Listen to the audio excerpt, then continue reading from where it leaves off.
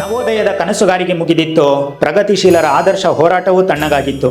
ದೇಶಕ್ಕೆ ಸ್ವಾತಂತ್ರ್ಯ ಸಿಕ್ಕರೂ ನಿರೀಕ್ಷಿಸಿದ ರಾಮರಾಜ್ಯ ಬಂದಿರಲಿಲ್ಲ. ಸಮಾಜದಲ್ಲಿನ ಮೌಲ್ಯಗಳು ಕುಸಿಯುತ್ತಿದ್ದವು.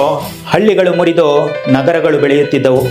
ಈ ಹೊಸ ಸಂಕೀರ್ಣ ಜಗತ್ತಿನಲ್ಲಿ ಸಿಲುಕಿಕೊಂಡ ವ್ಯಕ್ತಿಯೊಬ್ಬನ ಒಂಟಿತನ, ಗೊಂದಲ, ಅಸ್ತಿತ್ವದ ಹುಡುಕಾಟ ಮತ್ತು ಮೋಹಭಂಗವನ್ನು ದಾಖಲಿಸಿದ ಸಾಹಿತ್ಯ ಪ್ರಕಾರವೇ ನವ್ಯ ಸಾಹಿತ್ಯ. ಇದು ಸುಮಾರು 1950ರಿಂದ 1970ರ ದಶಕದವರೆಗೆ ಕನ್ನಡ ಸಾಹಿತ್ಯವನ್ನು ಆಳಿದ ಒಂದು ಪ್ರಮುಖ ಘಟ್ಟ. ನವ್ಯ ಅಂದರೆ ಹೊಸತು. ಇದು ಹಿಂದಿನದಕ್ಕಿಂತ ಸಂಪೂರ್ಣ ಭಿನ್ನವಾಗಿತ್ತು. ನವೋದಯದ ಕವಿಗಳು ಪ್ರಕೃತಿಯಲ್ಲಿ ದೇವರನ್ನು ಕಂಡರೆ, ನವ್ಯ ಲೇಖಕರು ನಗರದ ಕೊಳಚೆಯಲ್ಲಿ ಮನುಷ್ಯನ ಮನಸ್ಸಿನ ಕತ್ತಲೆಯಲ್ಲಿ ಸತ್ಯವನ್ನು ಹುಡುಕಿದರು. ಪ್ರಗತಿಶೀಲರು ಸಮಾಜದ ಹೊರಗಿನ ಶೋಷಣೆಯ ಬಗ್ಗೆ ಬರೆದರೆ, ನವ್ಯರು ವ್ಯಕ್ತಿಯ ಒಳಗಿನ ಸಂಘರ್ಷಗಳ ಬಗ್ಗೆ ಬರೆದರು. ಈ ಚಳುವಳಿಗೆ ದೊಡ್ಡ ಸ್ಫೂರ್ತಿ ಬಂದಿದ್ದು ಪಾಶ್ಚಾತ್ಯ ಸಾಹಿತ್ಯದಿಂದ.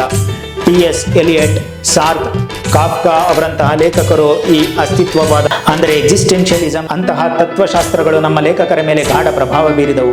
ಇದು ಬುದ್ಧಿಜೀವಿಗಳ ಸಾಹಿತ್ಯ ಎಂಬ ಮಾತಿದೆ. ಹೌದು, ನವ್ಯ ಸಾಹಿತ್ಯವು ಭಾವನೆಗಿಂತ ಹೆಚ್ಚಾಗಿ ಬುದ್ಧಿಗೆ ಅಂದರೆ ವಿಚಾರಕ್ಕೆ ಪ್ರಾಮುಖ್ಯತೆ ಕೊಟ್ಟಿತು. ಇದರ ಭಾಷೆ ಕೂಡ ಸರಳವಾಗಿರಲಿಲ್ಲ. ಅದು ಸಂಕೀರ್ಣವಾದ ರೂಪಕಗಳನ್ನು ಮತ್ತು ಪ್ರತಿಮೆಗಳನ್ನು ಬಳಸಿತು. ಓದುಗನು ಕೂಡ ಕೃತಿಯ ಜೊತೆ ಚಿಂತಿಸಬೇಕು, ಶ್ರಮ ಪಡಬೇಕು ಎನ್ನುವುದು ಇದರ ಉದ್ದೇಶವಾಗಿತ್ತು. ಈ ಹೊಸ ದಾರಿಯನ್ನು ತೆರೆದವರೇ ಮಣ್ಣಿನ ವಾಸನೆಯ ಕವಿ ಗೋಪಾಲಕೃಷ್ಣ ಅಡಿಗರು. ಇಂದು ನಮ್ಮಿ ನಾಡು ಬರೀ ಮಣ್ಣಲ್ಲ, ಬರೀ ಬೆಣ್ಣೆಯಲ್ಲ ಎಂದು ಅವರು ವಾಸ್ತವವನ್ನು ತೋರಿಸಿದರು. ಕಾದಂಬರಿ ಮತ್ತು ಕಥಾ ಜಗತ್ತಿನಲ್ಲಿ ಯು.ಆರ್. ಅನಂತಮೂರ್ತಿಯವರ ಸಂಸ್ಕಾರ ಕಾದಂಬರಿ ಇಡೀ ಭಾರತೀಯ ಸಾಹಿತ್ಯವನ್ನೇ ಅಲ್ಲಾಡಿಸಿತು.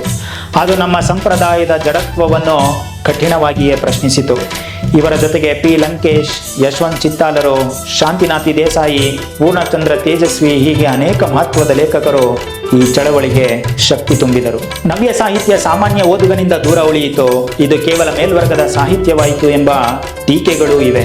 ಆದರೂ ಕನ್ನಡ ಸಾಹಿತ್ಯಕ್ಕೆ ಒಂದು ಭೌತಿಕ ಆಯಾಮವನ್ನು, ವ್ಯಕ್ತಿಯ ಮನಸ್ಸಿನ ಆಳವನ್ನು ತೋರಿಸಿಕೊಟ್ಟ ಘನತೆ ನಮ್ಮ ನವ್ಯ ಸಾಹಿತ್ಯಕ್ಕೆ ಸಲ್ಲುತ್ತದೆ.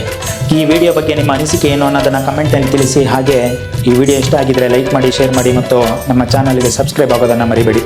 ನಮಸ್ಕಾರ.